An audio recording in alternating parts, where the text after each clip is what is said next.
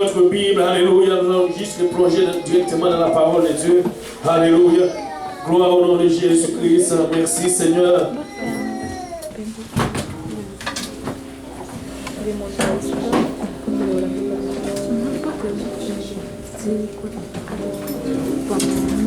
Alléluia. Gloire au nom de Jésus-Christ. Romains chapitre 5.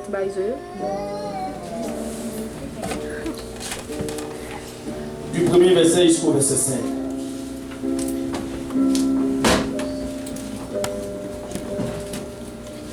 Alléluia.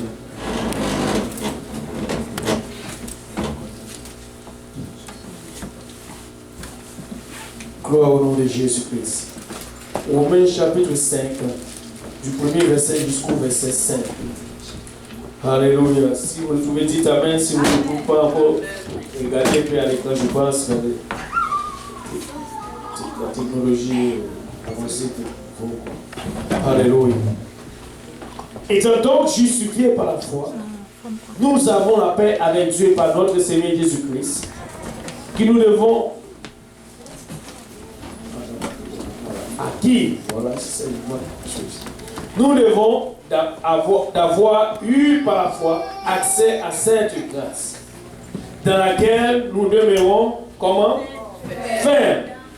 Et nous nous glorifions dans l'espérance de la gloire de Dieu.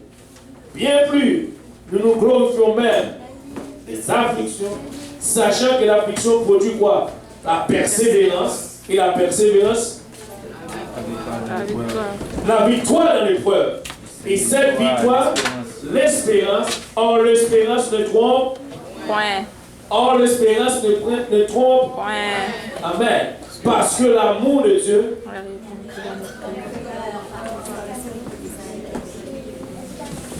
c'est-à-dire, si tu as l'amour de Dieu, tu as une espérance. Personne ne peut enlever cette espérance. Aujourd'hui, avec l'œuvre de Dieu, nous allons parler, et on veut utiliser un sujet qui dit que la persévérance est la clé de la prière exaucée. Amen. Mais je sais ce que Dieu dit. La persévérance est la clé de la prière exaucée. Vous pouvez vous asseoir.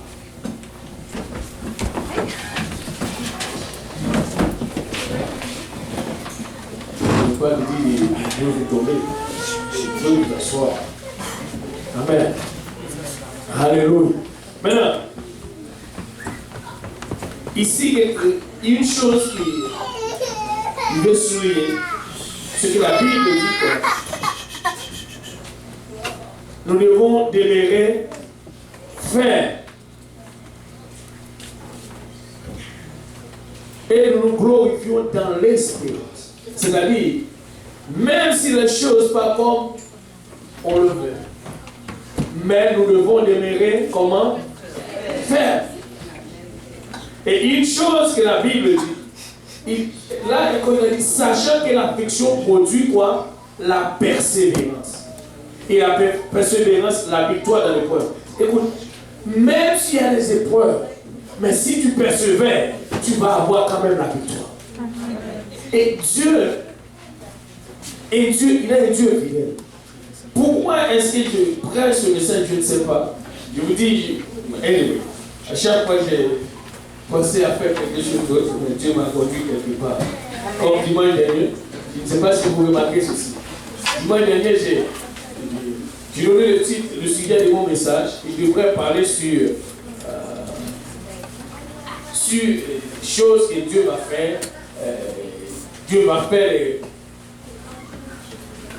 grandes choses. Et de là, Dieu m'a fait quitter mon sujet et traverser sur Jonas.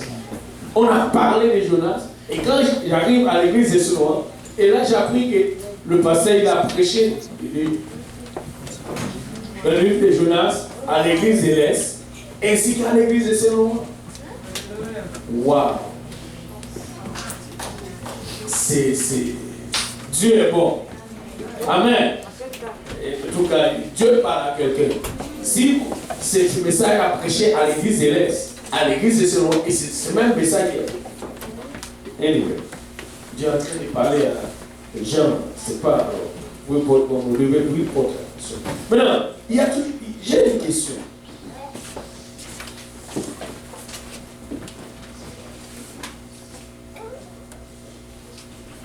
C'est quoi tout le monde est en train de dire, mais c'est quoi la question?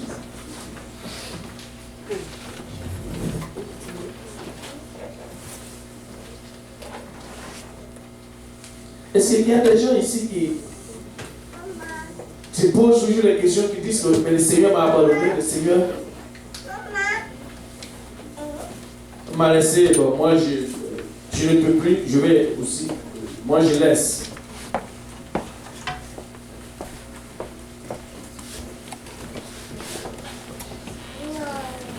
Est-ce qu'il y a quelqu'un ici dans celui qui pense à abandonner? Des fois on se sent trop devant lui, il ne peut pas continuer, ça marche parce que c'est trop. S'il y a des gens ici comme ça, à un moment il dit, ben, en tout cas moi je ne peux plus, j'arrête tout.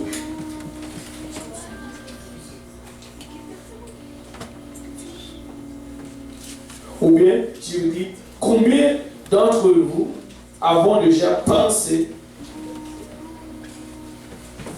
Combien d'entre nous avons déjà pensé, le Seigneur m'a abandonné, il semble de loin, ou de celle de détresse, m'as-tu oublié? Vois-tu réellement la situation dans laquelle je me retrouve? En tout cas, je ne peux plus, j'abandonne.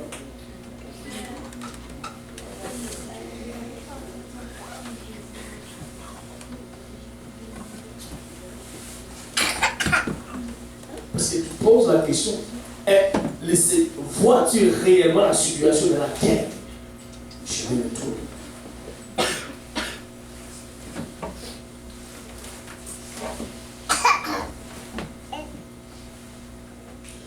Il se peut que ce moment même, tu traverses une situation difficile, tout semble sans espoir.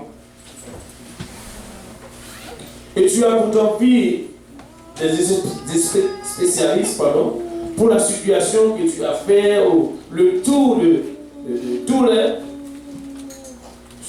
psychologues pour chercher la guérison, et ça devient toujours pire encore. Et au contraire, au lieu de nous donner d'abord un espoir, il te condamne même. Il dit, ben, tu vas mourir. Oh, tu ne vas plus guérir.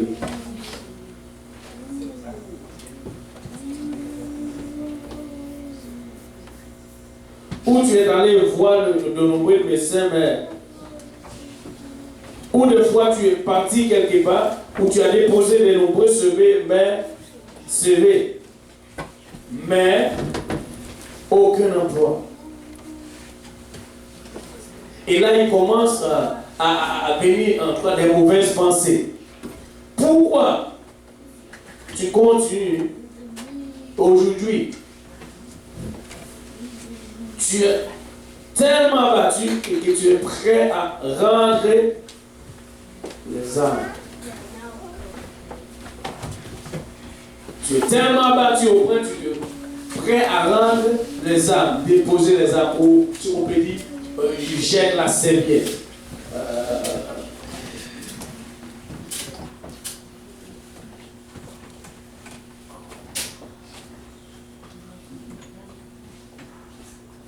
Ou au point, tu dis, mais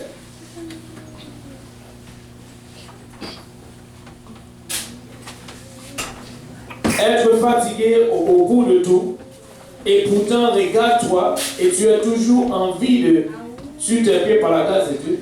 Bien souvent, nous pensons plus fatigués que ce que nous sommes.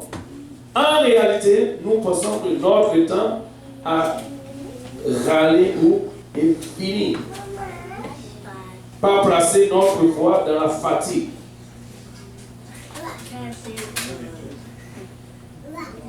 Parce que tu te lèves, tu es fatigué.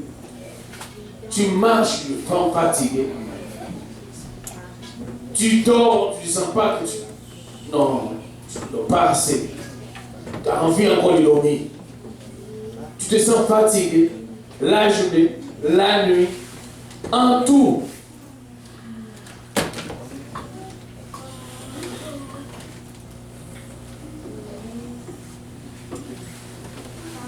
Et que la fatigue soit fatiguée par l'audace de la foi et des zèles.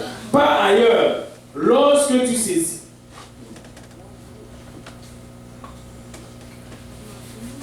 qu'il renouvelle ton être intérieur, une chose que tu dois saisir maintenant, par rapport à toutes ces choses, comment est-ce que mon être intérieur va être vraiment nourri et renouvelé?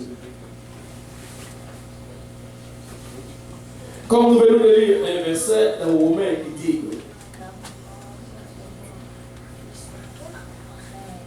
or, la détresse produit la persévérance et la persévérance conduit à la victoire dans l'épreuve.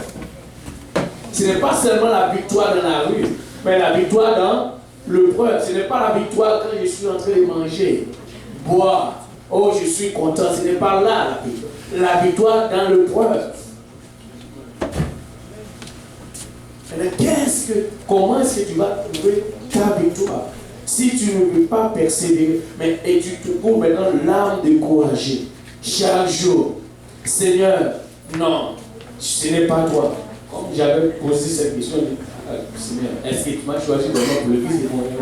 Est-ce que c'est moi?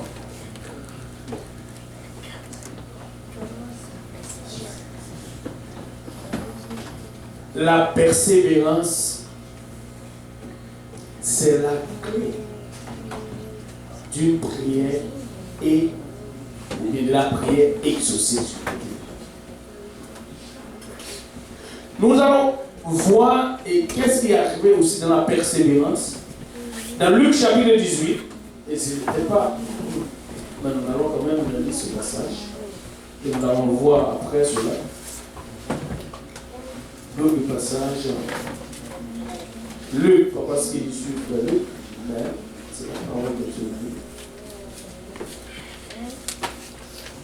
Ça, c'est juste un bon parabole.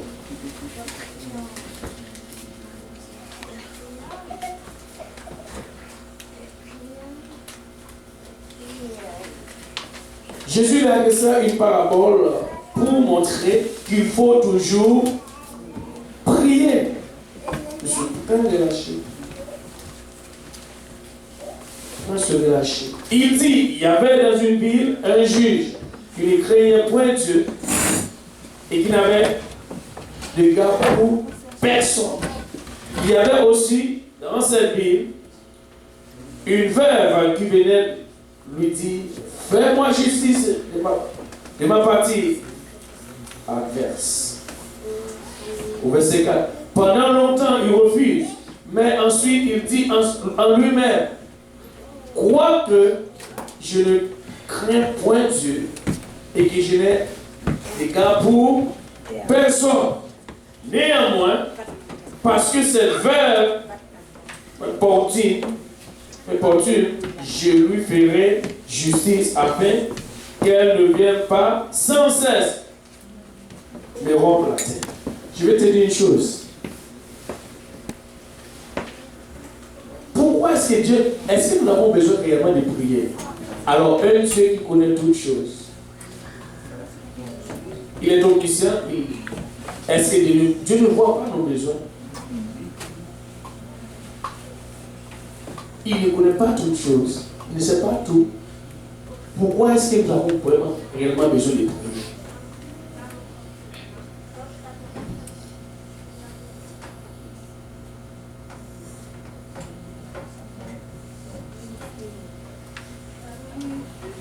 Et la Bible dit, nous devons prier sans cesse. Pourquoi alors nous devons prier? Si Dieu connaît tout, alors il voit mes besoins. Est-ce que j'ai besoin de lui parler pour faire ce qu'il a fait?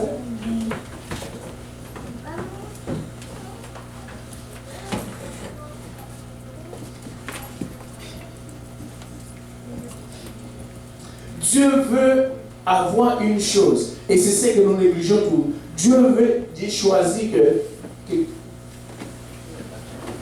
pas pour que nous passons du temps avec lui. C'est ce que Dieu désire. Il veut que, écoute, tu veux toujours amitié. Qui aime ami? Tu ne peux pas être un ami, tu te sens mal, seul. Ne veux pas ami. Ne sois pas menti. Des fois, vous pensez que vous dites, ben, ami, mais des fois, c'est complet. Mais tu as toujours besoin de quelqu'un pour te parler. Ah, sois au Seigneur. Alléluia. Sois honnête, quoi. Tu as besoin de quelqu'un toujours pour te parler, oui ou non? Alléluia. Mais pourquoi c'est le temps que Dieu nous demande de lui parler? Et là, Seigneur, tu connais tout. Pourquoi est-ce que j'ai besoin de te parler?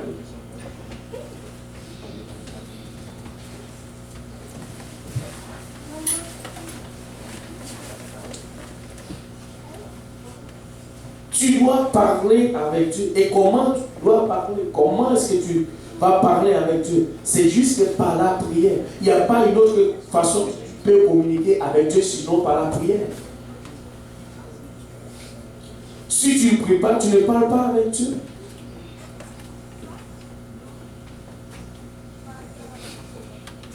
Dis, mais je peux marcher? Non. Il nous demande de prier, de passer du temps même avec lui. Et puis,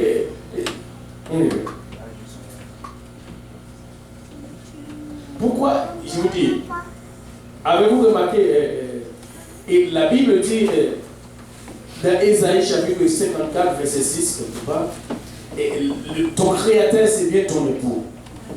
Ok? Mais si c'est ton époux, avez-vous remarqué des fois, dans un foyer où l'épouse, où il y a toujours, ça demande la communication. S'il n'y a pas de communication, c'est fini. Parce que des fois, tu peux fatiguer, mais la femme, elle veut te parler. Tu dois te réveiller, sinon tu vas avoir un problème. Oui, pasteur. Tu es fatigué? Non, je te parle maintenant, c'est le temps. Et c'est pourquoi, en tout, Dieu veut nous parler.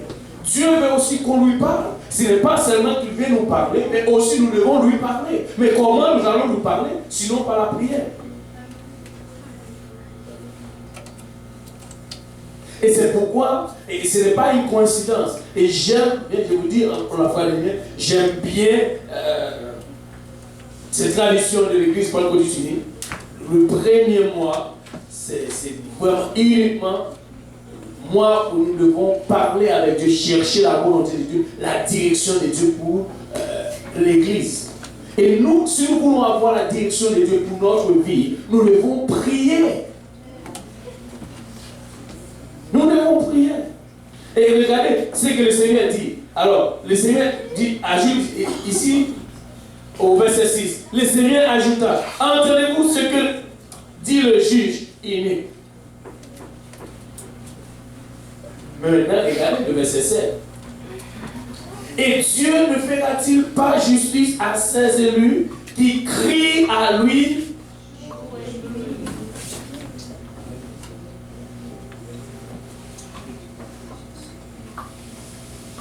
Tu veux avoir la victoire? Continue et persévérer dans la prière. Si tu pries, tu veux que ta famille soit sauvée, prie continuellement. Ne relâche pas. Continue à prier parce que, écoutez, il n'y a pas de la victoire.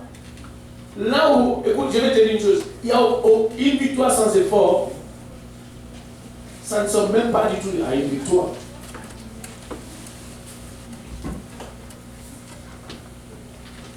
Savez-vous quand tu ressens vraiment que dans la victoire, c'est quand tu luttes. Et tu luttes, et là, à la fin, tu as ce que tu veux. Là, et je vais vous dire, c'est quelque chose de très très précieux à tes yeux. Pourquoi? Parce que tu as lutté pour. Et c'est de même. Et des fois, ce n'est pas.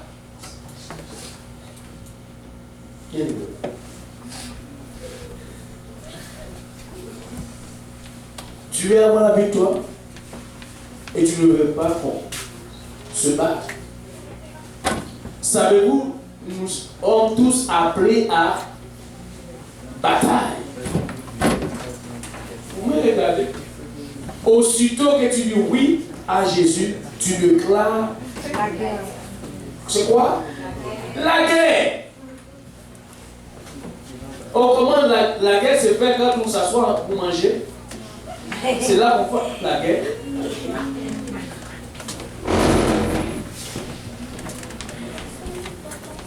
Il faut se battre. Si tu veux avoir la victoire, continue à lutter. Alléluia. Et nous sommes les enfants de Dieu. La Bible dit, par-dessus toute chose, nous sommes plus que vainqueurs. Mais nous devons aussi combattre.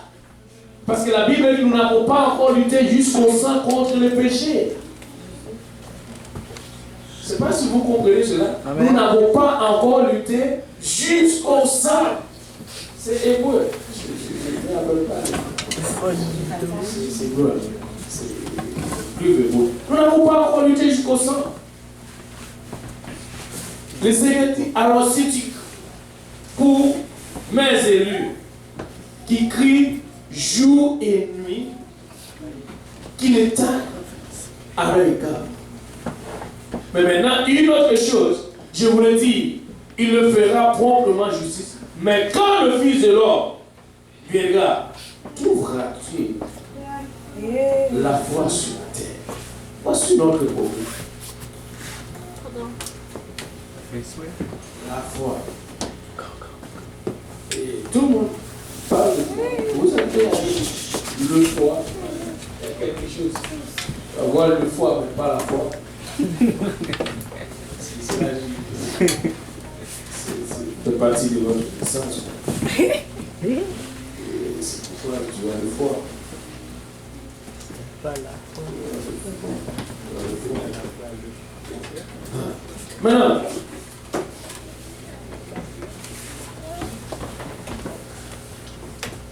qu'est-ce que cela veut dire alors?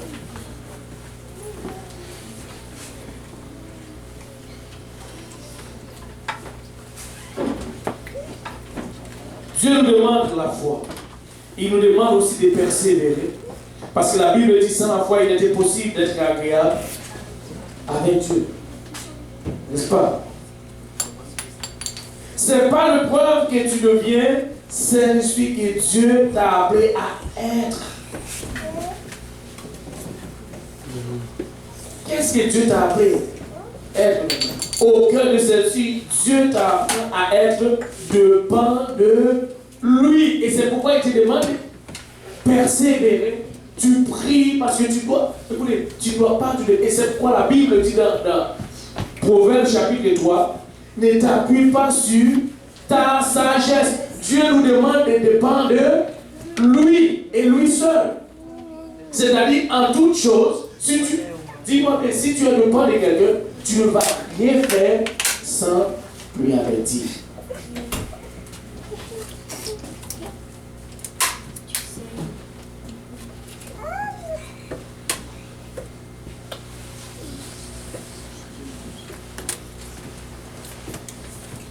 Bien souvent, nous pensons que plus fatigués, plus que nous sommes, en réalité, où nous passons notre temps à râler et finissons par placer notre foi dans la fatigue.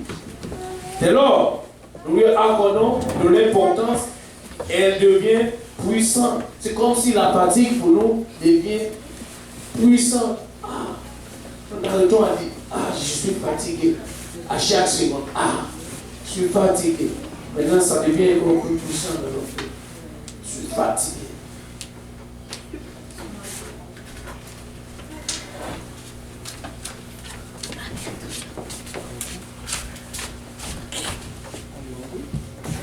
Parce que Dieu veut que nous devenions un grand guerrier et luttons dans la foi. Écoute, guerrier comment? Dans la prière. Alléluia. Intercéder pour la vertu, pour les besoins de nos familles.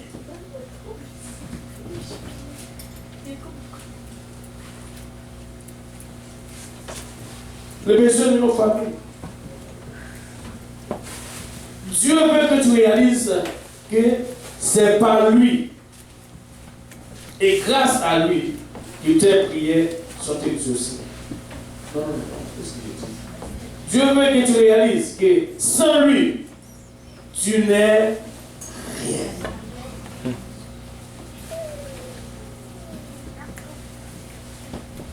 Que sans lui, tu n'es rien et que sans lui, tu ne peux rien.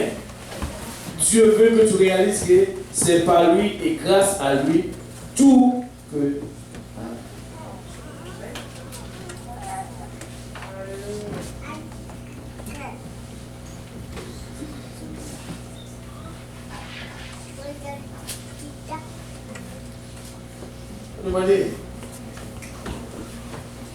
Maintenant, quand il y a des gens, je pense qu'il y a beaucoup de promesses ici, des gens qui ont des promesses de la part de Dieu, mais qui se sentent, c'est trop long, je vais réfléchir. Il y a un exemple qui est très, très profond. Des fois, vous allez vous promettre à votre enfant, oh, tu vas lui faire quelque chose. Tu vois, nos enfants, ils ont la foi. Je vais te dire pourquoi. Parce que si tu promets quelque chose à un enfant, chaque jour il va venir, il fait toi. Souviens-toi, tu as quelque chose à me donner. Et aujourd'hui tu as oublié. Ah, tu as oublié tout. Ah, non. Un enfant.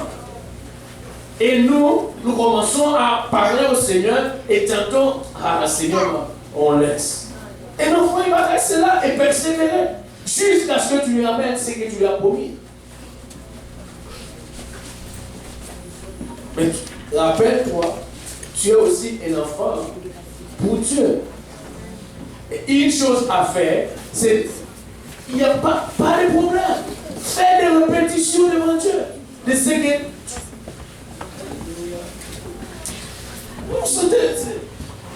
oh, je lasse. Ça fait longtemps. Je dois prier, prier et prier encore. Avec Dieu, ça ne marche pas comme ça. Tu dois prier vraiment. Tu dois prier, prier, prier encore. Non, non, non, je lâche. Je laisse.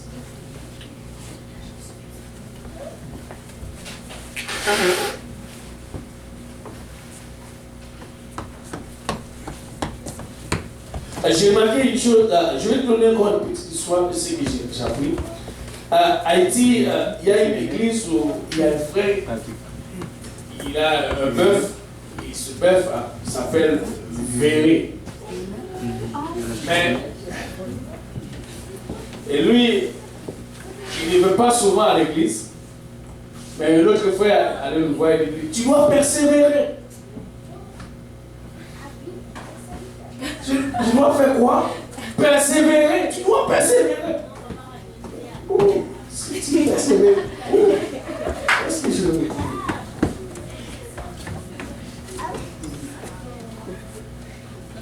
Il ne vient pas encore. Et le frère allait le voir. Tu dois persévérer, tu dois persévérer. Il ne comprend pas encore. Il dit, mais c'est un grand problème. C'est ma vie. C'est là où je...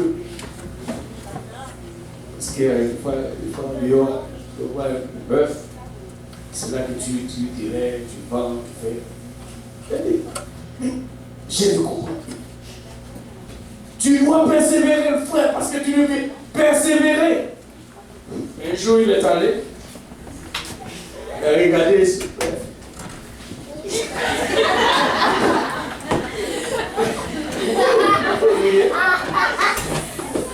Et puis il est allé voir. Il a dit, ok, j'ai persévéré. Je persévère. Le frère dit, mais tu ne viens pas à l'église. Il a dit, j'ai persévéré. Et toi que tu peux persévérer. Il a dit, j'ai un bœuf qui s'appelle Véré. Tu m'as dit persévérer. Le frère dit, ce n'est pas le bœuf, c'est toi. Tu dois venir continuellement à l'église. Il a perdu son bœuf. Parce qu'il a persévéré. On lui a demandé de persévérer. Il a persévéré. Ce n'est pas comme ça on nous demande de persévérer d'abord. Alléluia. Persévérer dans la prière. Prie jour et nuit. Parce que la Bible dit dans 1 Thessaloniciens 5, verset 17. Oh, je me rappelle pas si c'est ça. Priez. Priez sans cesse. Sans cesse. Qu'est-ce que cela veut dire? Je dois parler avec Dieu chaque jour. Et je prie. Est-ce que. Mais tu m'as dit sans cesse. Je dois cesser. Et là, vous continuez. Je n'arrête pas. Non, pas comme ça. Tu pries continuellement. Alléluia. Si tu as une heure de prière, pourquoi tu es en train de faire des compromis avec les choses de Dieu et pour les choses du monde? Et il y a une autre chose. Je vais vous dire encore une fois. Des fois, nous commençons à faire de bonnes choses et à un moment, commençons à les lâcher et faire de mauvaises choses. Il y a un verset, je ne sais pas pourquoi il dit c'est l'histoire, je vais sortir Jacques chapitre 4, verset 4. L'église doit rester l'église. Il est temps que l'église doit distinguer. Je vais vous dire une chose. Si tu ne veux pas faire la différence entre ce que tu es avec le monde, tu vas vraiment, et tu veux Dieu et le monde en même temps. Tu cherches Dieu et le monde en même temps, tu ne peux pas saisir les deux. Soit que tu lâches le monde, saisis Dieu, ou tu lâches Dieu, saisis le monde. Et si tu lâches Dieu, saisis le monde, c'est là pas une bonne chose à faire. Parce qu'il y a la malédiction, la bénédiction, mais Dieu nous conseille toujours de choisir la bénédiction. Et aujourd'hui, on voit qu'il n'y a aucune différence entre un enfant de Dieu ou avec le monde. Ce que le monde fait, c'est ça que l'enfant de Dieu a choisi de faire. Ce n'est pas normal. Tu es l'église. C'est le temps qu'on doit te reconnaître comme église. Tu n'as pas besoin que le frère ou le pasteur soit là. Écoute, c'est entre toi et ton Dieu. Je vais te dire une chose. Aucun pasteur n'a le pouvoir d'amener personne ici en enfer ni au ciel. Si toi-même tu ne veux pas.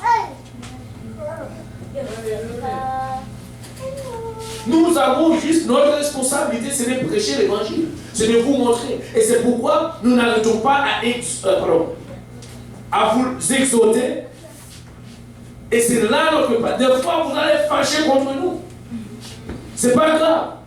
Mais plus tard, tu vas comprendre bien pourquoi est-ce que nous parlons comme ça. Regardez, Jacques 4, verset 4, la Bible dit une chose. Adultère que vous êtes, ne savez-vous pas que l'amour du monde est intimité de Dieu contre Dieu? Celui donc qui veut être ami du monde sera quoi? L'ennemi de Dieu. Tu veux être l'ennemi de Dieu? La Bible dit, nous devons nous séparer du monde. Je regarde un peu les mots sérieux, mais c'est pas grave. Tu t'écartes un peu du monde.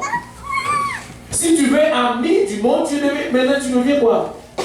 Ennemi de Dieu, et c'est dans votre vie. Tu veux vivre chaque jour pour toi, Arrête de vivre pour toi maintenant. Choisis de vivre pour Dieu.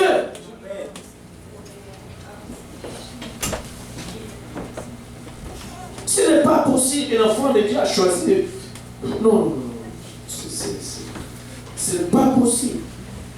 Tu as la vérité et tu as reçu l'Esprit de Dieu. Et c'est pourquoi tu dois te laisser conduire par l'Esprit de Dieu. Parce que tu es un enfant de Dieu. Sépare-toi du monde. Amen.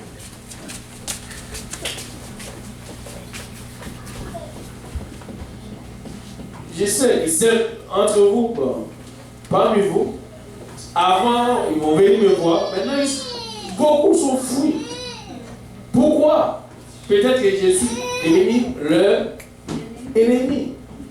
Je ne sais pas pourquoi, mais quand je le dis, écoute, j'ai besoin de vous parler, wow, toi, quand Dieu ne le veut, je ne vois plus. Et puis des fois, il y a beaucoup d'excuses. Je vais vous dire une chose. Et nous avons la responsabilité de veiller sur votre âme. Et c'est pourquoi nous voulons vous parler. Quand nous voyons certaines choses qui ne vont, ça ne va pas, nous allons vous parler et dire, oh, arrête de vivre comme ça. Ce n'est pas comme ça que vous devez vivre. Sachez bien que tu es un enfant de Dieu. Et nous, écoutez, pas de problème. Vaut mieux que tu me hais maintenant au lieu que plus tard, où vous allez vous retrouver quelque part. Où Dieu n'est pas, l'enfer, ce n'était pas pour nous. Ce n'est pas pour les enfants, ni pour humains, par exemple. C'était juste pour le diable et ses anges. Qui maintenant, c'est nous qui allons choisir où nous allons être.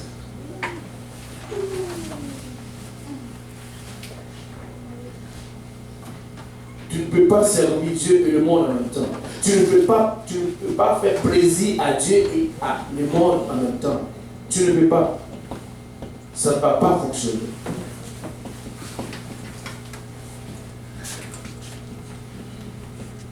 Dieu est Dieu. Il ne change pas. Dieu ne change pas. Parce que Dieu a changé. Non. Dieu ne va changer tout.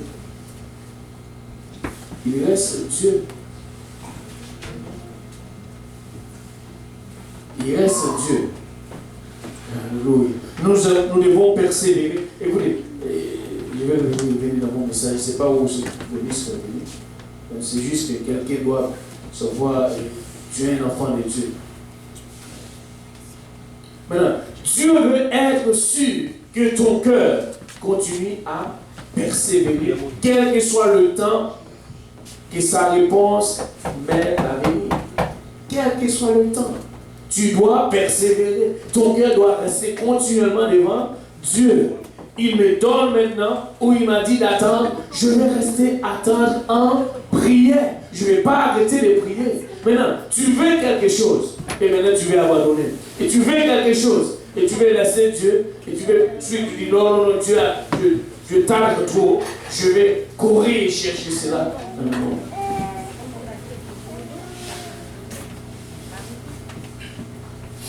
Alléluia.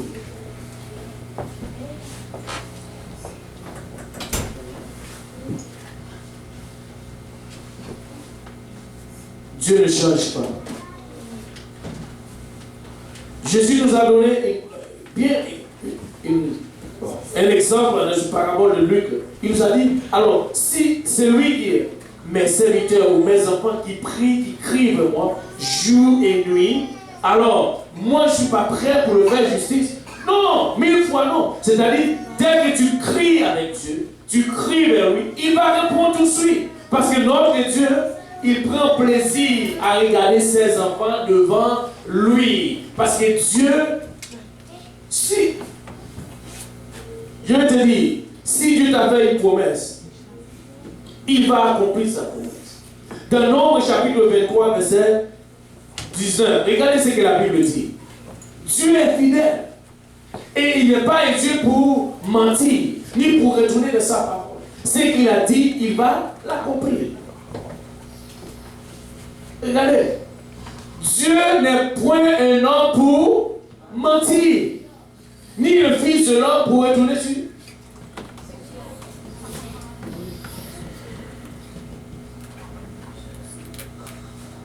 Ni le fils pour se repentir. Ce qu'il a dit, il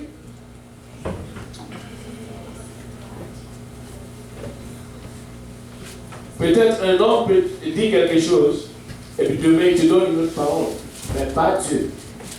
Dieu ne change pas ça. Je vais vous dire une chose.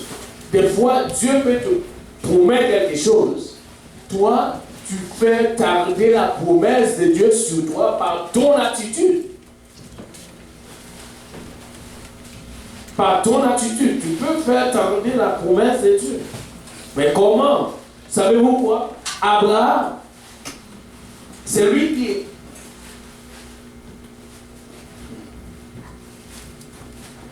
Savez-vous pourquoi la promesse de Dieu t'a dit? Quand Dieu te dit à droite, toi tu vas faire à gauche. Dieu appelle Abraham.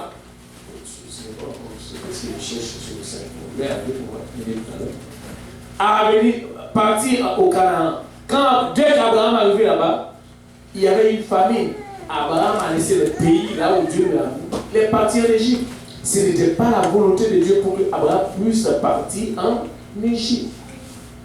Et c'est pourquoi la promesse de Dieu pour Abraham a duré 25 ans. C'est la faute d'Abraham, ce n'était pas la faute de Dieu. Et c'est pourquoi on dit que même si l'épreuve vient sur votre route, restez devant Dieu dans la prière. Il va venir. Et des fois, ça semble dur. Mais persévère. Dieu va agir. Il n'est pas un Dieu pour mentir. Et sa parole est égale à sa puissance. Alléluia. Est égale à sa puissance. Tu dis oui à Dieu. Oui à Dieu. Qu'est-ce que tu cherches dans le monde? Qu'est-ce que tu penses que le monde a mieux à vous offrir?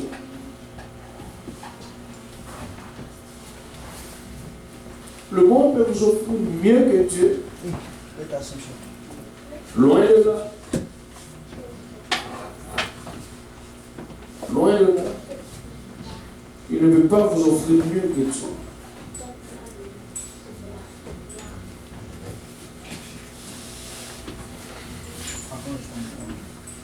Maintenant, le moment où il est le plus difficile de garder la foi, c'est la dernière demi-heure. Là où ça semble le plus difficile, c'est la dernière demi-heure. Lorsqu'il semble que Dieu ne répond jamais, nous voulons abandonner. N'abandonnez. N'abandonne pas. Passons à l'autre chose. Seigneur, je vais rester devant toi. Parce que écoutez, Dieu fait ce qu'il veut, comme il veut, quand il veut, à qui il veut. Qui il veut. Et cependant, Dieu veut nous conduire toujours dans sa volonté. Très souvent, nous ne sommes pas dans la volonté de Dieu et nous voulons faire. Non, non, non, non. Ça ne fonctionne pas avec Dieu. Tu dois t'allier à la volonté de Dieu. Et des fois, ce n'est pas parce que tu passes le temps ou le moment difficile, tu n'es pas dans la volonté de Dieu. Loin de là. Là, des fois, tu te questionnes. Seigneur, qu'est-ce que je fais? Écoute, savez-vous qu'il y a un homme qui était malade depuis 38 ans. On l'amène vers Jésus-Christ. On demande à Jésus-Christ, qu'est-ce que cet homme a fait? Est-ce que c'est ses péchés? Et il dit non. Ce que tu passes à travers, c'est pour la gloire de Dieu. Dieu veut toujours que sa gloire manifeste dans ta vie. Tu es le reflet de la gloire de Dieu. Mais comment la gloire de Dieu peut manifester s'il n'y a rien qui t'arrive? Comment est-ce qu'on va dire, mais ton Dieu est grand? Écoute. Nous ne voulons pas un guérisseur s'il n'y a pas de maladie.